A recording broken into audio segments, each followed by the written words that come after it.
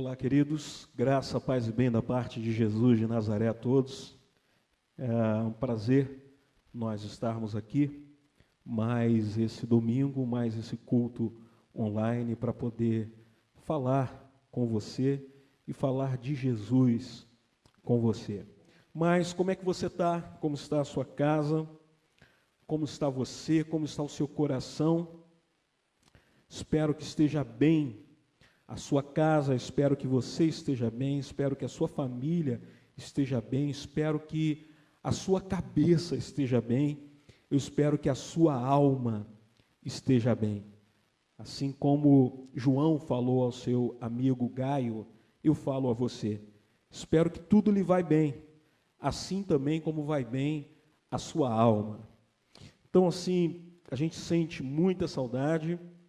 Eu recebi algumas mensagens hoje quanto à saudade que o nosso povo está do nosso ajuntamento e alguns vídeos até muito comovidos de pessoas com saudades do nosso ajuntamento, mas é para o bem e eu tenho a certeza que em breve nós estaremos novamente reunidos e em unidade para podermos cultuar ao Senhor juntos aqui. Enquanto isso não acontece, eu cultuo daqui, juntamente com o pessoal da técnica, do louvor, e você cultua daí da sua casa.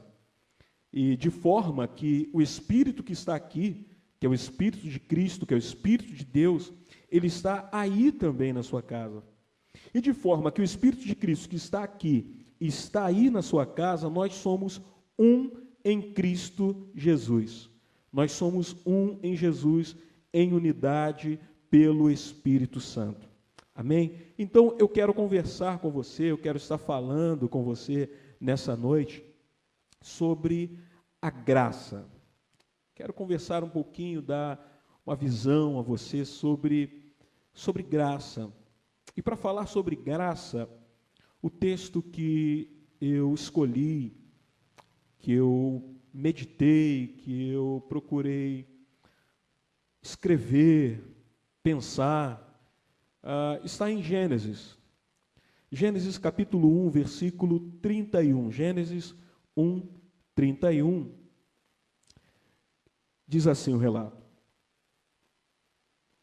E Deus viu tudo o que havia feito, e tudo havia ficado muito bom.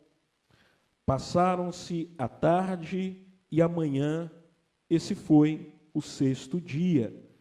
Capítulo 2, a partir do verso 1, diz assim: Assim foram concluídos os céus e a terra, e tudo o que neles há. No sétimo dia, Deus já havia concluído a obra que realizara, e nesse dia descansou. Abençoou Deus o sétimo dia e o santificou, porque nele descansou de toda a obra que realizara na criação. Pastor, você vai falar sobre graça e você está lendo sobre Gênesis, sobre o princípio. Mas como assim? Como é que isso funciona? É que eu acredito que existe uma distinção entre a graça de Deus e a graça da religião. Existe uma distinção entre a graça de Deus e a graça da religião. Como assim? Porque para todo o teólogo ou o pensador ortodoxo, catedrático, conservador, a graça ela é uma matéria da teologia. Ele pensa na graça como uma matéria da teologia que se iniciou na cruz de Cristo, que foi desenvolvida por Paulo, ou desenvolvida e atestada por Paulo como uma matéria do cristianismo. É assim que, geralmente, os religiosos pensam e entendem sobre a graça. Para um outro religioso que tenha a mente um pouco mais aberta, que pense na graça com a mente um pouco mais liberal, ele vai dizer, não, a graça, ela iniciou-se ou ela se mostrou a Davi. No Salmos 63, no versículo 3, Davi, ele declara dizendo que a tua graça é melhor do que a vida. Então, para aquele da mente mais aberta, mais liberal, ele vai dizer, não, a graça, ela se mostrou a Davi, a ponto que Davi declarou que a graça de Deus é melhor do que a vida. Então, para algumas pessoas, pensar, falar sobre graça, não passa de uma doutrina, não passa de uma matéria da teologia. Mas eu quero pensar com você de forma diferente nessa noite. Eu quero pensar com você da graça, não como uma doutrina difundida e ensinada, estudada pelo cristianismo. Nós sabemos que graça, a tradução vai falar sobre que a graça é um favor. Para ser mais exato, dentro do pensamento religioso, a graça é um favor imerecido. Sendo imerecido, esse favor é um favor sem influência externa. A graça é um favor de Deus, que nós recebemos como um favor imerecido, nós não merecemos a graça, mas mesmo assim Deus derramou, nos alcançou com a sua graça. Porém, nós precisamos entender que essa graça de Deus que nos alcançou, que foi derramada sobre nós, esse favor imerecido que nós recebemos de Deus, Deus ele não sofreu nenhuma influência externa para poder realizar a obra da graça em nós, para poder derramar a obra da graça sobre mim e sobre você. Ele não sofreu nenhuma influência externa quanto a isso. Partiu dele mesmo, partiu do próprio Deus, essa graça, esse favor imerecido. É tanto que se nós formos falar sobre favor, a gente pensa logo no nosso relacionamento interpessoal com pessoas. De que forma? De que forma de que quando alguém lhe faz um favor, você logo diz, eu estou devendo um favor a fulano. Eu estou devendo um favor a Bertano. Porque a gente pensa logo nessa troca de favores. Por isso que quando nós falamos sobre a graça de Deus, em que é um favor imerecido, e que nós dizemos que Deus ele não sofreu nenhuma influência externa para poder nos alcançar com a sua graça, para poder derramar a sua graça sobre nós, é um favor imerecido que parte de Deus por Ele próprio e por amor dele a nós, e ponto final. Por que isso? Porque graça é ação de Deus. Porque graça é movimento de Deus. É assim que eu entendo graça. Graça é a ação de Deus. Graça é o movimento de Deus. Porque o que é vazio, o que é sem ação, o que é sem movimento, é sem graça. Vou repetir isso. O que é vazio, o que é sem ação, o que é sem movimento, é sem graça.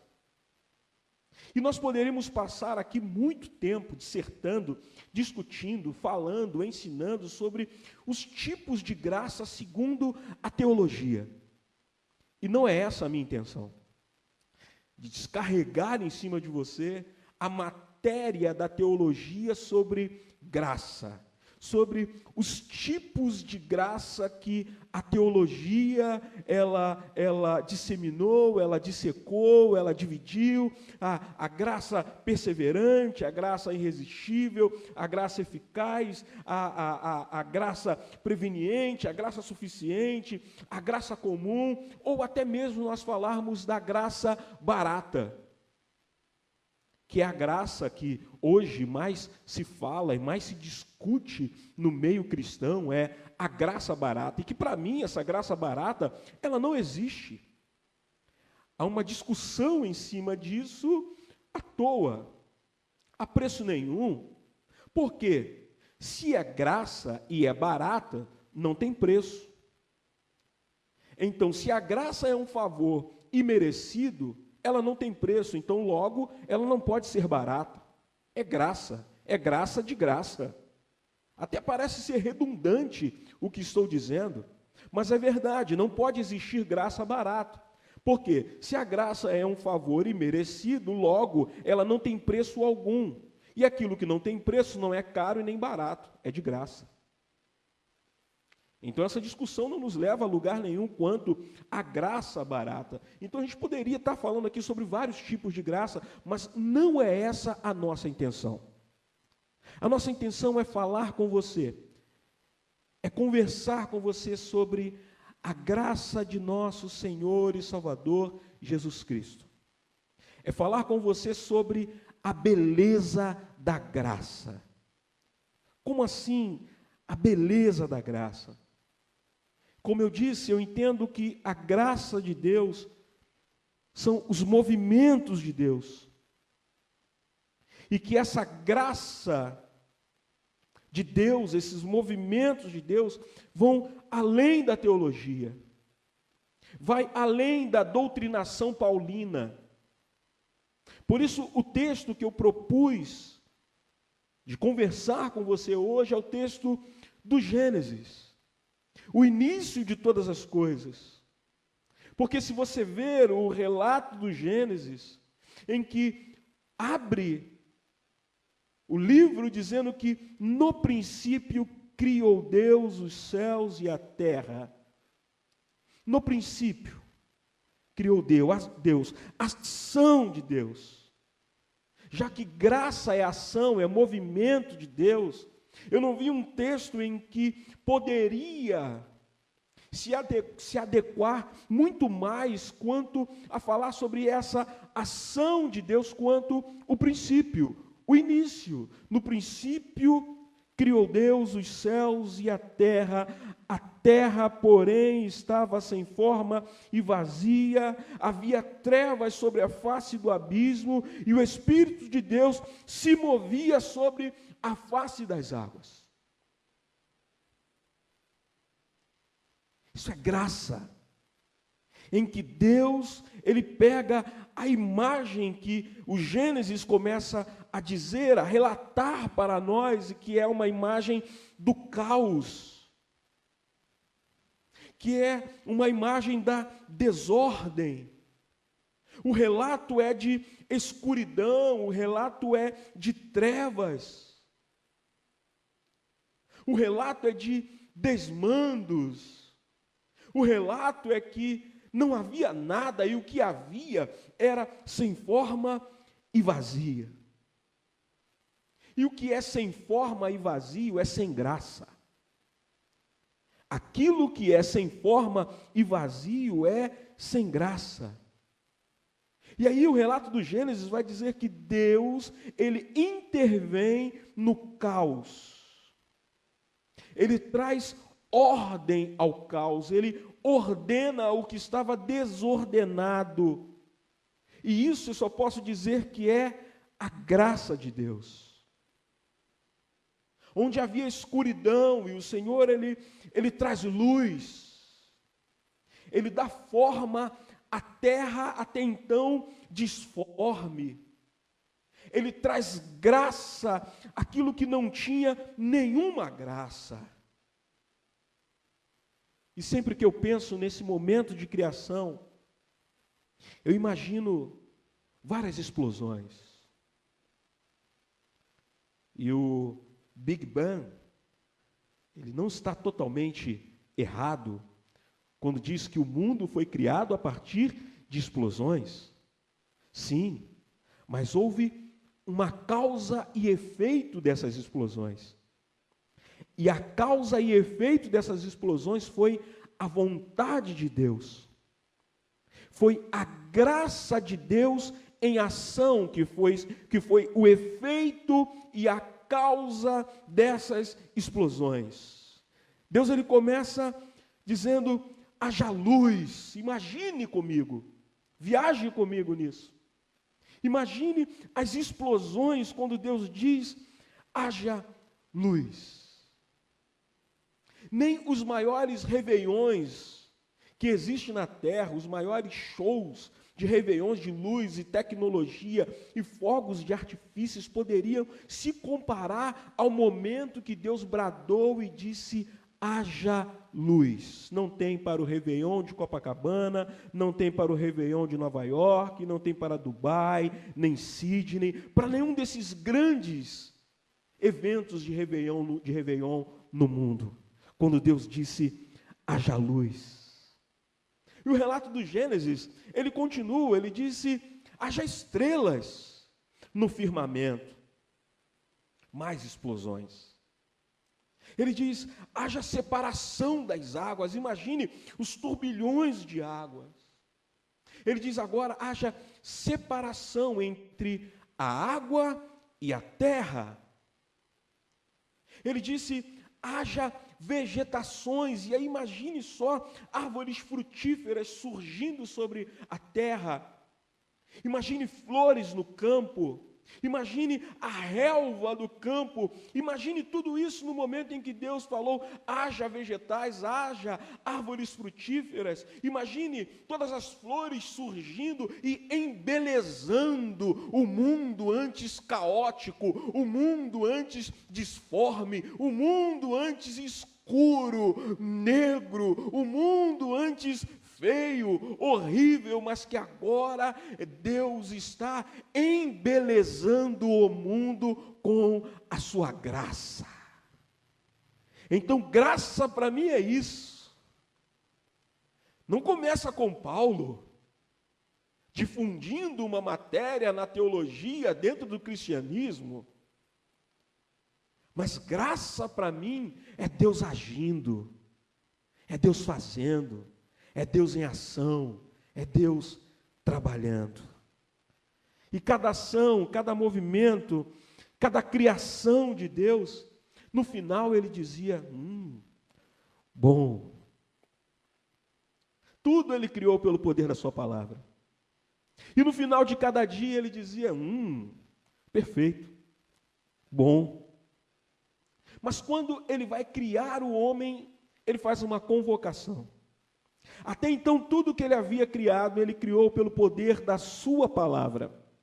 Haja luz, haja firmamento, haja sol, haja lua. Mas quando ele vai criar o homem, ele não age pelo poder da sua palavra, mas agora ele põe a mão para poder criar o homem. Ele diz: façamos o homem a nossa imagem e semelhança. Por influência do quê? Por influência do nada e de ninguém. Simplesmente pela sua vontade, obra da graça de Deus. A graça que faz, a graça que age, a graça que se move, a graça que cria, sem influência alguma, sem manipulação externa. E eu amo esses agir de Deus.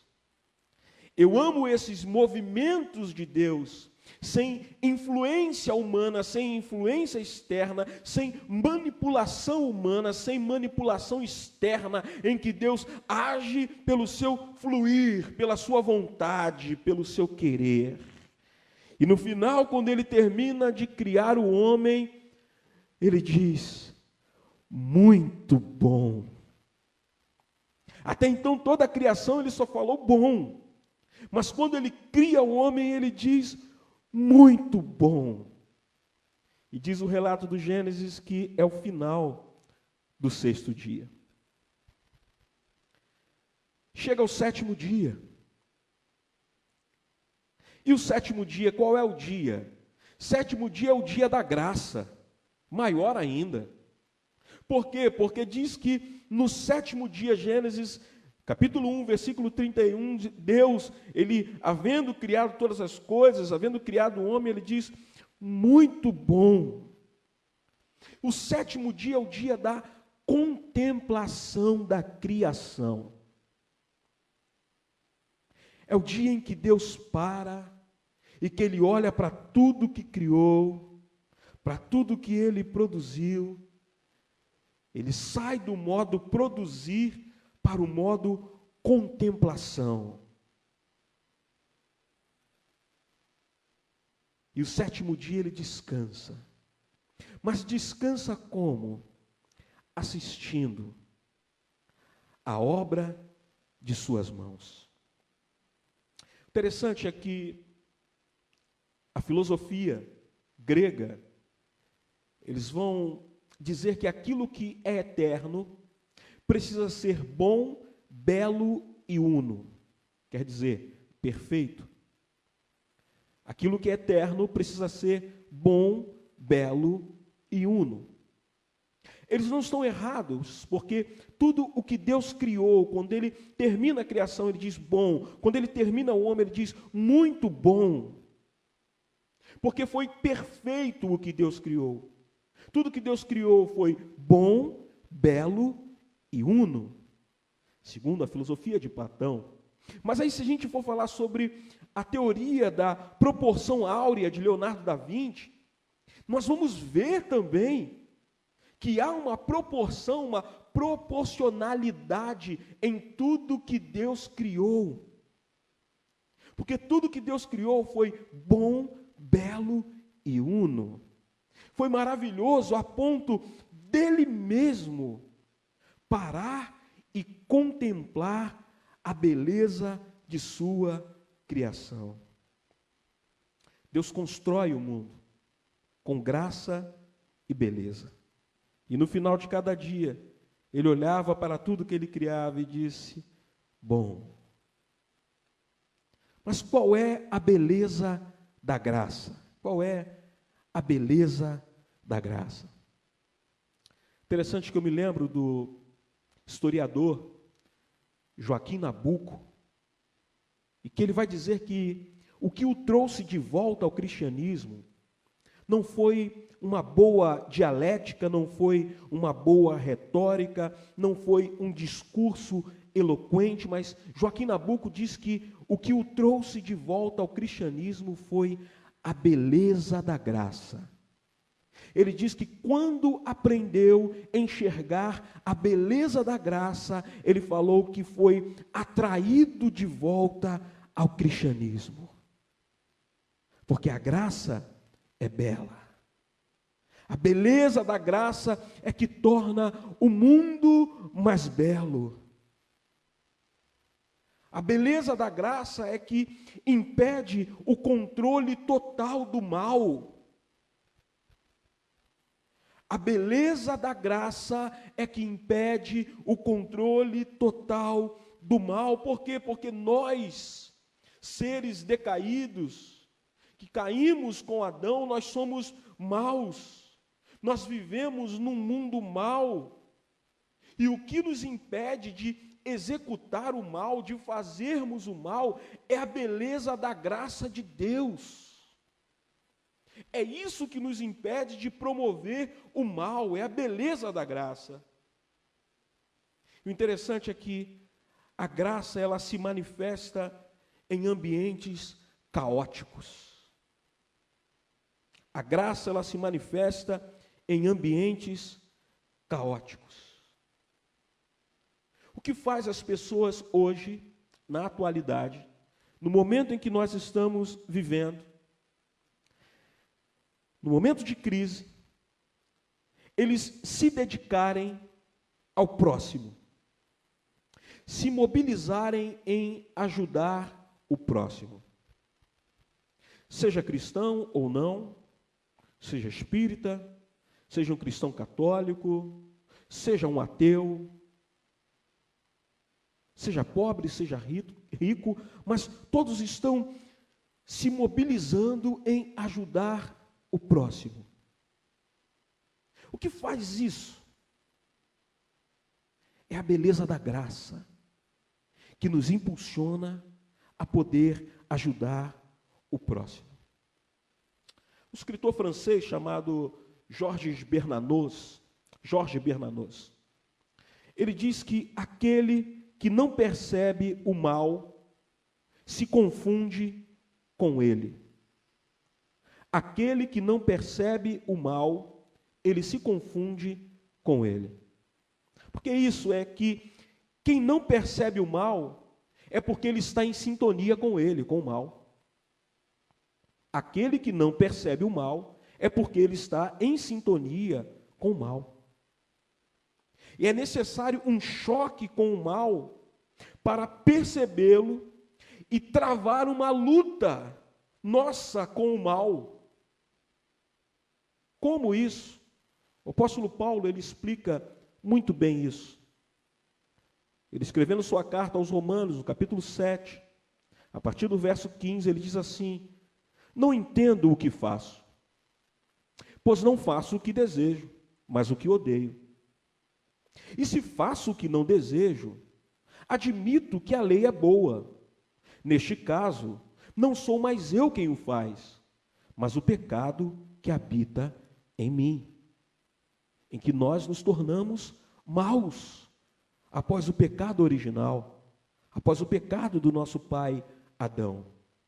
Jesus, ele diz assim, Mateus capítulo 7, versículo 11, Jesus, ele diz: se vocês, eu e você, Jesus diz, se vocês, apesar de serem maus, sabem dar boas dádivas aos vossos filhos, quanto mais o Pai de vocês que está nos céus dará a vocês boas coisas aos que lhe pedirem. Então, resumindo, nós somos maus. E o que nos impede de praticar o mal é a beleza da graça. O que nos impede de promover o mal é a graça de Deus sobre nós, é a graça de Cristo Jesus sobre nós. E a graça, ela não tem nada a ver com religião. Mas a graça, ela tem a ver com a evocação de Deus, tirando do nada toda a criação, toda a existência e toda a vida. É isso que eu entendo como graça. Que a graça, ela não tem a ver com religião. A graça tem a ver com a evocação de Deus, tirando do nada, do caos, do escuro, da escuridão, a criação, toda a existência e toda a vida. É isso, graça é o mover, é o agir de Deus, a criação de Deus, são os movimentos da bondade de Deus, isso para mim é graça. A vida é graça, e a graça é maior do que a vida. Graça é Deus criando, graça é Deus trabalhando, a graça é Deus amando. E a inspiração para a graça de Deus é o amor comum a todos os homens, e que faz nascer o sol sobre maus e bons, e que faz cair a chuva sobre justos e injustos, de modo imerecido e simplesmente pela sua graça, por ação da sua graça.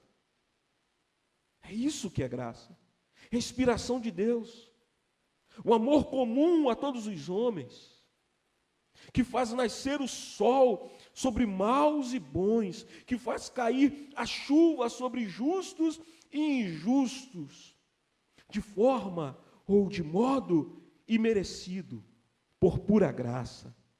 Na mesma medida que Deus é amor, Deus é graça. É o mesmo peso. Da mesma forma que Deus é amor, Deus é graça, porque só faz favor imerecido quem ama. Só faz favor imerecido aquele que ama. Quem não ama, não pratica favor imerecido. A graça não é um fator especulativo. A graça não apenas se manifesta em proporções estratosféricas. A graça não apenas se manifesta de formas mirabolantes. A graça, ela se manifesta no ordinário. A graça, ela se manifesta no comum. A graça, ela se manifesta no dia a dia. A graça se manifesta na comunhão.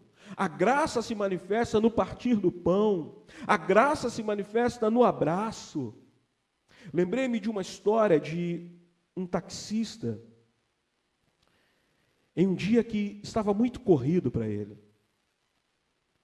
Em um dia que ele não parou, não teve tempo de parar para almoçar. Não teve tempo de parar para fazer um lanche. Corrida atrás de corrida. E no final da tarde, uma mulher entra em seu táxi. E aí a mulher deu o endereço, a senhora deu o endereço para o taxista, para aquele homem que não teve tempo de parar durante o dia, para onde ele deveria ir. E aí então ela falou, mas antes de o senhor ir para o meu destino, o senhor pode parar na confeitaria tal? E aí o taxista deu um sorriso de canto de boca, e ele, sim, nós podemos parar na confeitaria tal. E assim ele parou na confeitaria. E aquela senhora entrou na confeitaria. E foi comprar o seu lanche, foi comprar o que ela queria. Só que ela falou, eu não acho justo eu comprar para mim e não levar para o taxista. E aí quando ela chegou, voltou para o carro com suas compras e com um pacote de lanche, entregou para o motorista, aquele que não conseguiu comer, não conseguiu parar durante o dia inteiro, e ela entregou um pacote de lanche para o motorista, e o motorista sorriu, e ela sem entender, e o motorista falou, é graça. É graça. Porque a graça, ela não se manifesta de forma estratosférica, de forma mirabolante, mas a graça se manifesta no cotidiano, no ordinário, no dia a dia, no comum, na sua casa, aí onde você estiver agora. O extraordinário da graça, ela se manifesta no comum, o extraordinário da graça se manifesta no bem que fazemos ao próximo. Porque a graça, ela é sutil, e é necessário você estar atento para as manifestações da graça. Como eu falei, ela é simples, ela se manifesta no pão com manteiga e café de manhã, ela se manifesta no almoço de domingo, com a família,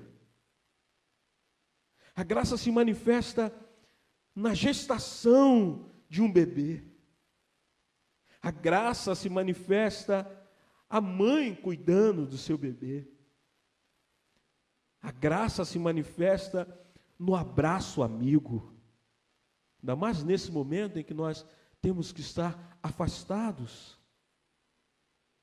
Mas a graça se manifesta no abraço amigo. A graça se manifesta no afago. A graça se manifesta no chorar junto. A graça se manifesta no sorrir junto. Mas o ápice da graça acontece na cruz. O ápice da graça acontece no palco de horror do Calvário de Cristo. É onde acontece o ápice da graça, é onde a graça se manifesta, no palco de horrores da cruz do Calvário de Cristo, é onde a graça se manifesta. Numa imagem que não era bonita aos olhos, numa imagem que não era atraente aos olhos, ver o Cristo, o Filho de Deus, o homem que só fez bem à humanidade, sendo crucificado, tendo a sua pele dilacerada, tendo as suas mãos e pés cravadas na cruz, mas é nessa imagem horrorosa que a graça é manifestada. Nesse palco de horrores, Paulo escrevendo aos Coríntios, 2 de Coríntios, capítulo 5, versículo 19, Paulo diz, ou seja, que Deus em Cristo estava reconciliando consigo o mundo, não lançando em conta os pecados dos homens. Que no momento da cruz do Calvário, Deus estava em Cristo reconciliando consigo mesmo o mundo, não lhes imputando o peso do seu pecado. É a maior expressão da graça de Deus, apesar da graça sempre ter existido, apesar da graça sempre ter estado presente, mas a maior manifestação da graça de Deus acontece no Calvário de Cristo Jesus. E nesse momento em que Deus estava em Cristo, reconciliando consigo mesmo todos os homens, nesse momento em que, assim como no Gênesis, em que Deus ele trouxe ordem ao caos, assim como no Gênesis, em que o caos foi transformado em cosmos, agora também na cruz do Calvário, na cruz de Cristo, Cristo está colocando ordem novamente no caos. E onde está esse caos? Estava dentro de mim e de você. Esse caos estava dentro da minha vida e da sua vida, mas com a morte de Cristo no Calvário, Ele está trazendo ordem à desordem. Ele está organizando novamente todas as coisas e, melhor de tudo, está nos reconciliando com Deus. E a graça, ela passa a se manifestar pelas vias da vida. Porque a graça de Deus, ela não cabe dentro da religião. Jesus, ele não cabe dentro da religião. Porque a religião é estreita demais. A religião é medíocre demais. A religião é pequena demais. A religião é diminutiva demais para caber o Deus Criador de toda a graça, o Deus Criador de todo o universo, não cabe dentro da religião. E para Jesus, salvar uma vida é mais importante do que cumprir cerimoniais religiosos. Entre cumprir cerimonialismo religioso e salvar uma vida, Cristo sempre preferiu salvar uma vida do que cumprir cerimonialismo religioso.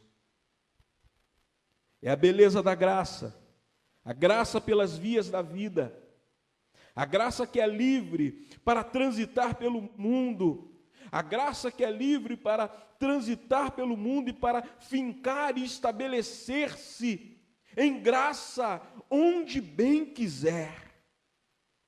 É a graça que alcança o pecador, é a graça que alcança a prostituta, é a graça que alcança o marginal, é a graça que alcança o viciado, é a graça que alcança o alcoólatra, é a graça que alcança o ateu, é a graça que alcança todos os homens. Essa é a graça e essa é a beleza da graça, que não se prende a muros religiosos, a graça que não se prende a doutrinas religiosas, a graça que não se prende a denominações religiosas, mas a graça que está livre para poder fincar a sua bandeira onde bem entender, a graça que está livre de manifestar a sua presença onde bem quiser. É essa graça que eu entendo, é essa graça que eu glorifico, é essa beleza da graça, e essa graça bela só pode vir de Deus,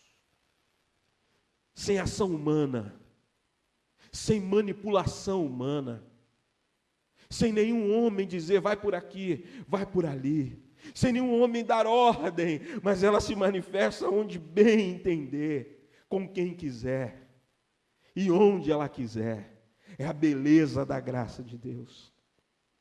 O interessante é que as maiores manifestações da graça de Deus acontecem sempre do lado de fora da religião.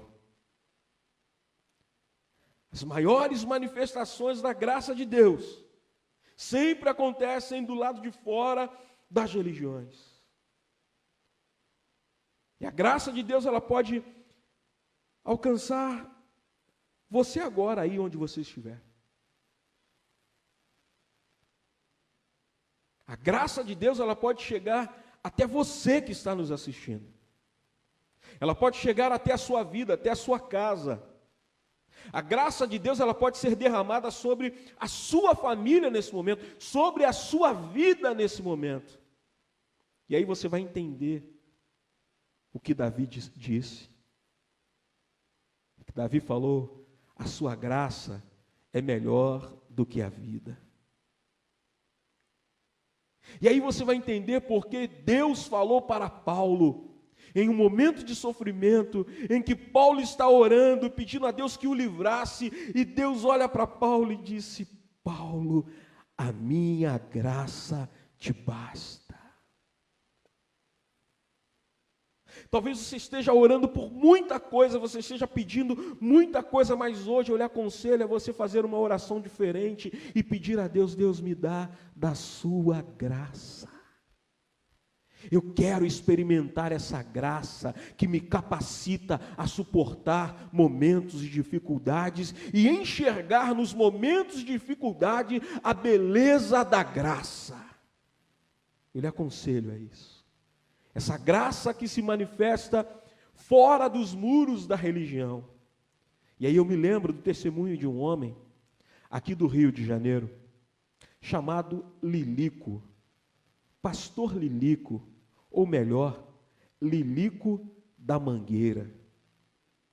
Em que Lilico, em um dos desfiles da Mangueira, dos desfiles de carnaval, o Lilico resolve ler a Bíblia. Ele carregava uma Bíblia dentro de sua mochila. E diz que no momento da concentração, no momento de concentração, antes de entrar na avenida, ele resolve abrir a Bíblia e ler a Bíblia. E ele conta em seu testemunho que naquele momento a graça de Deus se manifestou na avenida, no cantinho onde ele estava, lendo a palavra de Deus. E ele diz que quando entrou na avenida, ele já estava cheio da graça de Deus, sambava cheio da graça de Deus. Do outro lado da avenida, os repórteres foram entrevistá-lo. Chamaram ele: e aí, Lilico, a Mangueira vai vencer o carnaval, como será esse carnaval esse ano? O Lilico falou: olha, eu não sei se a Mangueira vai vencer o carnaval, eu não sei o que vai dar nesse carnaval, eu só tenho uma coisa para falar para vocês: é a última vez que vocês me veem passando por essa avenida, porque lá no início, a graça de Deus me alcançou, e eu agora sou de Deus, e eu agora vivo pela graça de Deus. É essa graça que eu estou falando com você, que não é uma matéria da teologia, que não é uma doutrina teológica, mas é uma graça que vai além de doutrinação paulina, que vai além da teologia, que vai além da religião, que não está presa aos muros da religião. É uma graça que é livre e se manifesta onde você estiver. É dessa graça que eu estou falando. É a graça que existe desde sempre. Que o apóstolo Pedro, apóstolo São Pedro, capítulo 1 de sua epístola, de sua primeira epístola, no versículo 20, ele diz: pois o Cordeiro foi conhecido, predeterminado por Deus, antes da fundação do mundo. Se a graça é ação, se a graça é movimento, se a graça é criação, então a primeira criação da graça foi a cruz de Cristo. Porque antes de Deus exclamar, haja luz, Deus falou, haja cruz. E isso é graça.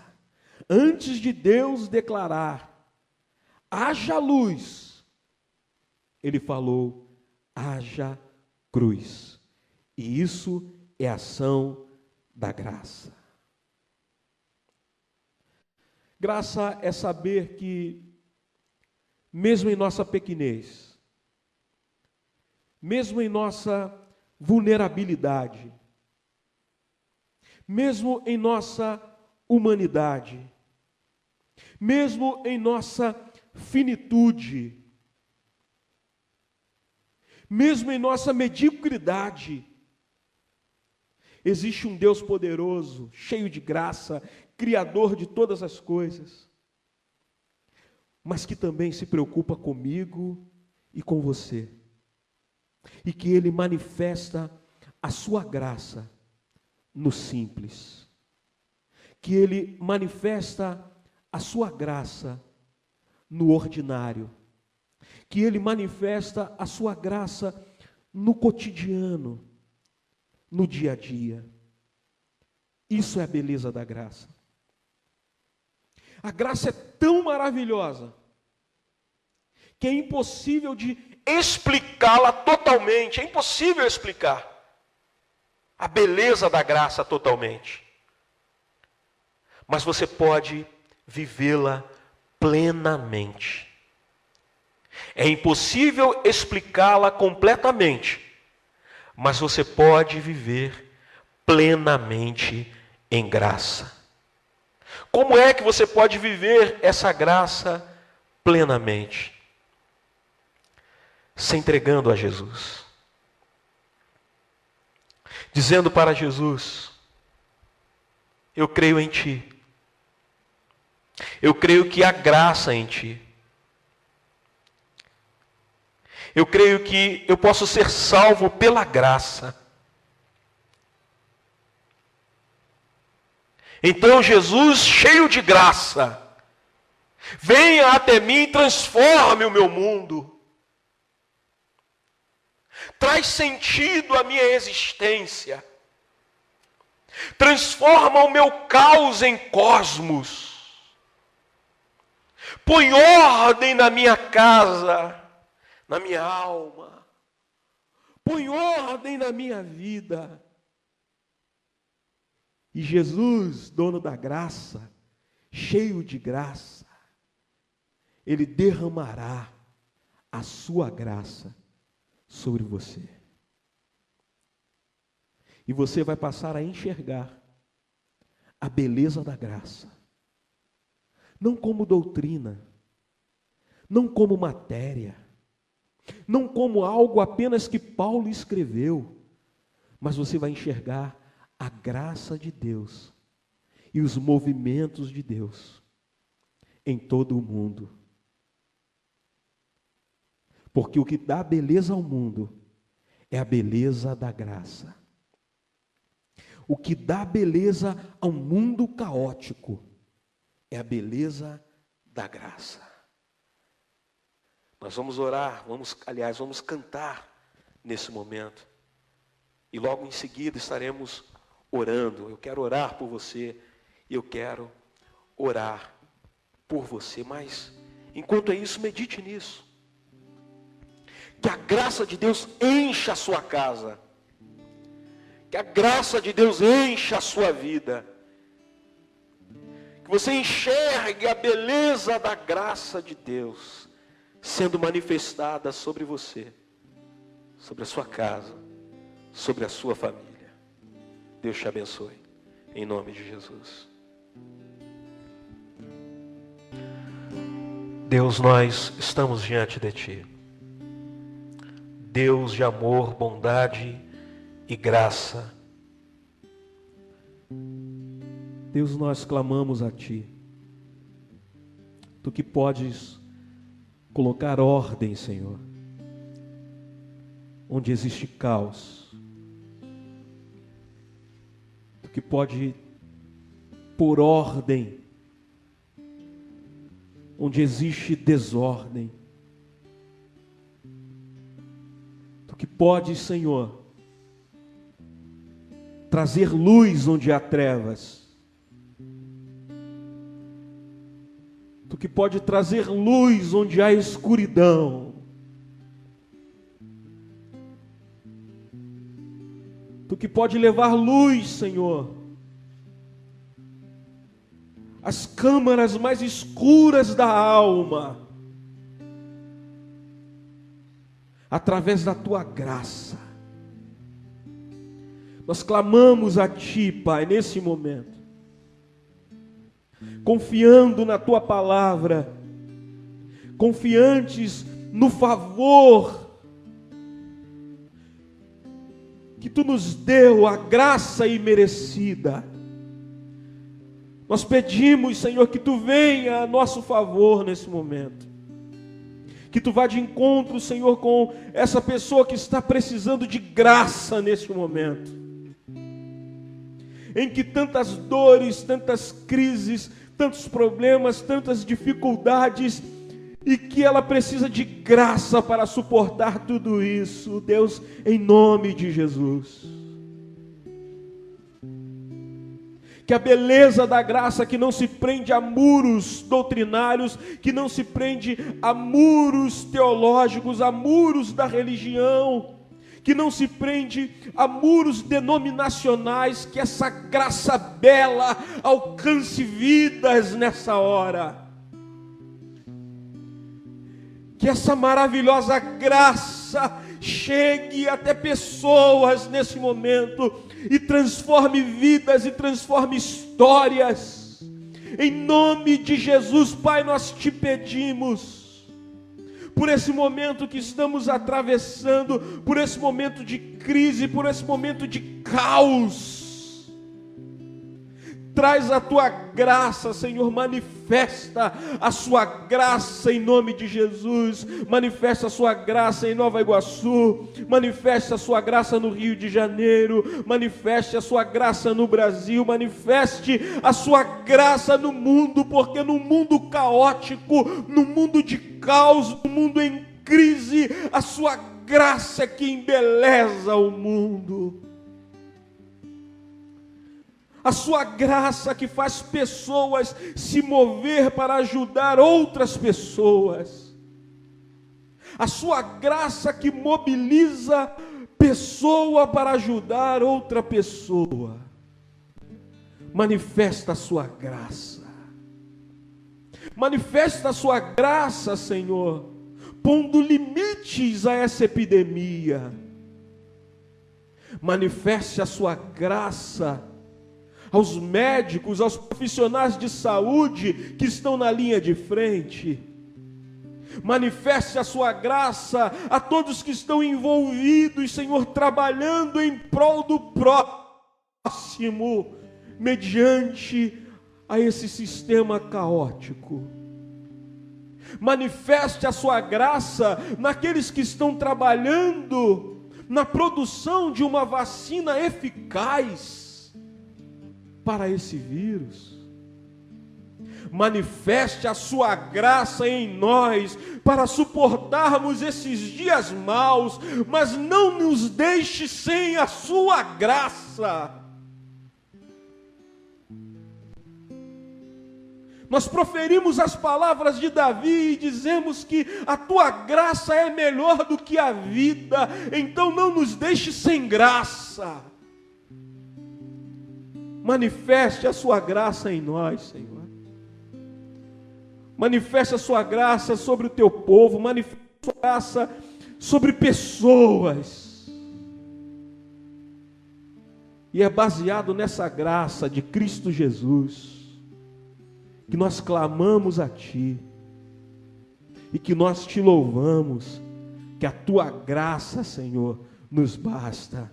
A Tua graça nos basta. Nós não precisamos de mais nada, a não ser a Tua graça. Amém. A graça do Senhor nos basta. A graça do Senhor te basta. E que a beleza da graça do Senhor te alcance. E que você possa enxergar a beleza da graça, não se manifestando de forma extraordinária, mas se manifestando de forma ordinária, no simples e no dia a dia. Amém? Deus possa te abençoar.